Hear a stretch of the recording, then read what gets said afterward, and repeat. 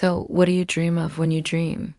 Of course, you don't really know because dreams are formless, ephemeral things. They slip through your fingers like smoke, yet we all long to hold on to them anyway. We want to remember the ones we have or conjure new ones from whole cloth. And here in this world, there exists a way to do just that. It all begins with an old man named Mr. Henjang. He lives deep in the Vietnamese jungle in a house made of wood and thatch. It's a simple life. He passes his days working in his garden, tending to bonsai trees, but mostly he sits in his hammock and smokes a pipe. As the sun dips below the canopy, he often thinks of a story his grandmother told him as a child, a family legend. She said they were descended from a long line of shamans who could control the weather, heal the sick, and see into the future. But one shaman above all was special.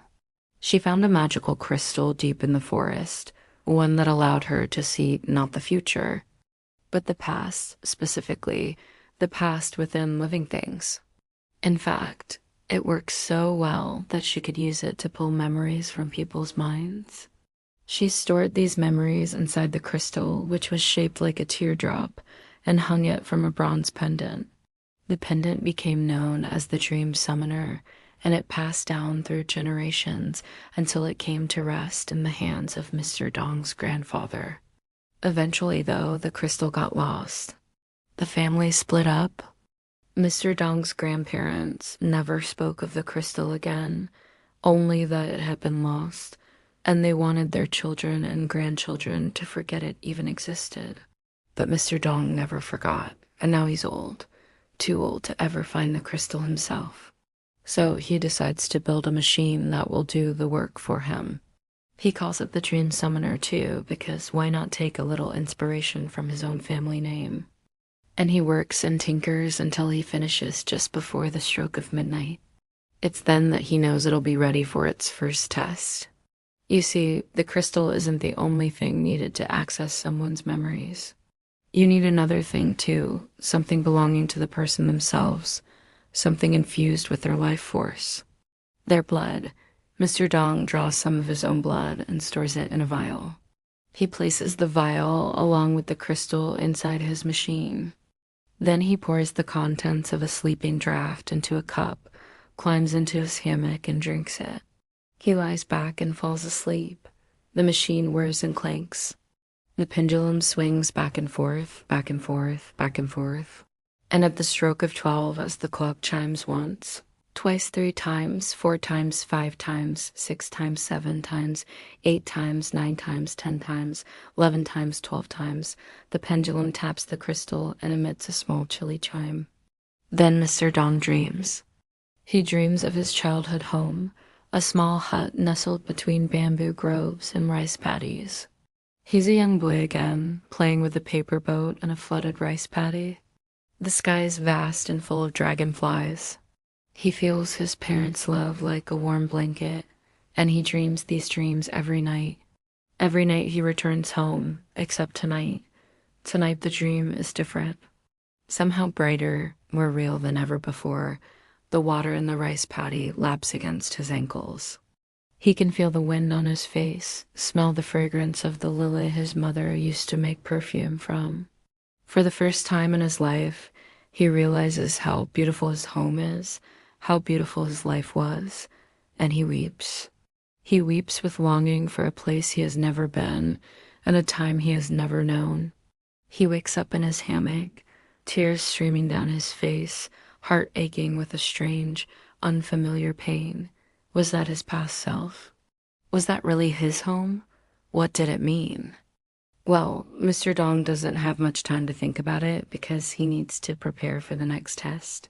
He knows that if a person's blood can pull their own memories, then by drawing blood from someone else, he should be able to pull their memories. But he also knows that this is dangerous, maybe even deadly. It's a risk, but he has to know, and he asks his friend Lei to help. Lush isn't sure at first, but after some convincing, he agrees. That night, as the clock strikes midnight, the pendulum taps the crystal and Li dreams. Except, unlike Mr. Dong, Li's dream is not a beautiful one. He's a small child again, hiding under a table, shivering in the cold.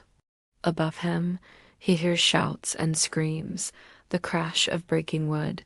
The metallic tang of blood fills his nostrils, and he wakes up screaming, drenched in sweat. When Mr. Dong checks on him the next morning, he finds that Lee hasn't slept since. Lee says he doesn't want to try again, not ever. But Mr. Dong insists. He tells Lee that he has to see this through because they both risk their lives to pursue this research. But secretly, Mr. Dong knows that's not the real reason.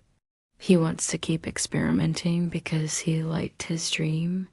Even though it hurt, he wants to go home again. The next volunteer is a young woman named Can. Again, the pendulum taps the crystal and Can falls asleep. This time, Mr. Dong watches over her as she dreams. He sees her whole life flash before his eyes. Her first steps, her first day at school, her first date in high school, her first kiss. There are happy memories, sad memories, embarrassing memories, shameful memories, but also memories of great joy, great love, great friendship. Mr. Dong sees it all, and he feels it all. Every laugh, every tear, every triumph, every defeat. He experiences the entirety of Khan's life, and it's overwhelming. So much so that when the dream ends and Khan wakes up, she collapses to her knees, trembling, and Mr. Dong understands.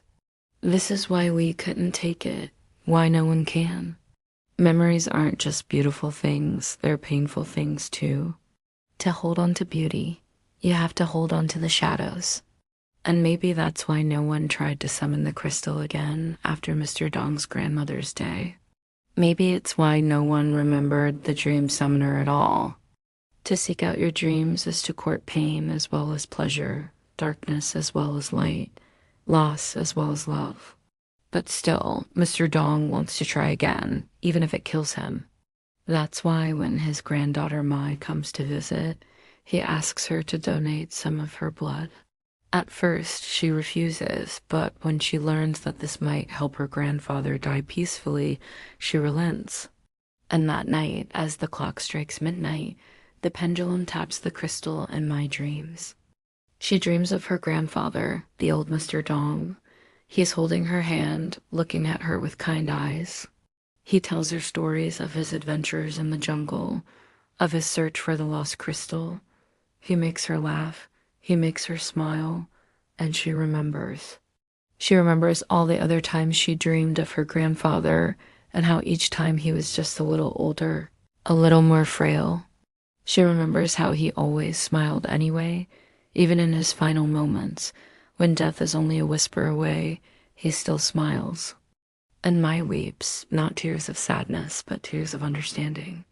Now she knows why he did what he did, why he chased the dream, knowing all along that it would break his heart. As dawn breaks, she wakes up and rushes to her grandfather's side, where she stays until he dies. And as he passes on, he looks at her and whispers, "I'm going home now, but it's okay. I've already been home. I've already been home." I love this story, and I hope you did too. If you want to hear another one like it, please consider checking out my podcast where I publish similar episodes. Also, please leave a comment telling me what you thought of the story, and of course, hit that subscribe button so you won't miss any new episodes. Thanks for watching, and I'll see you next time.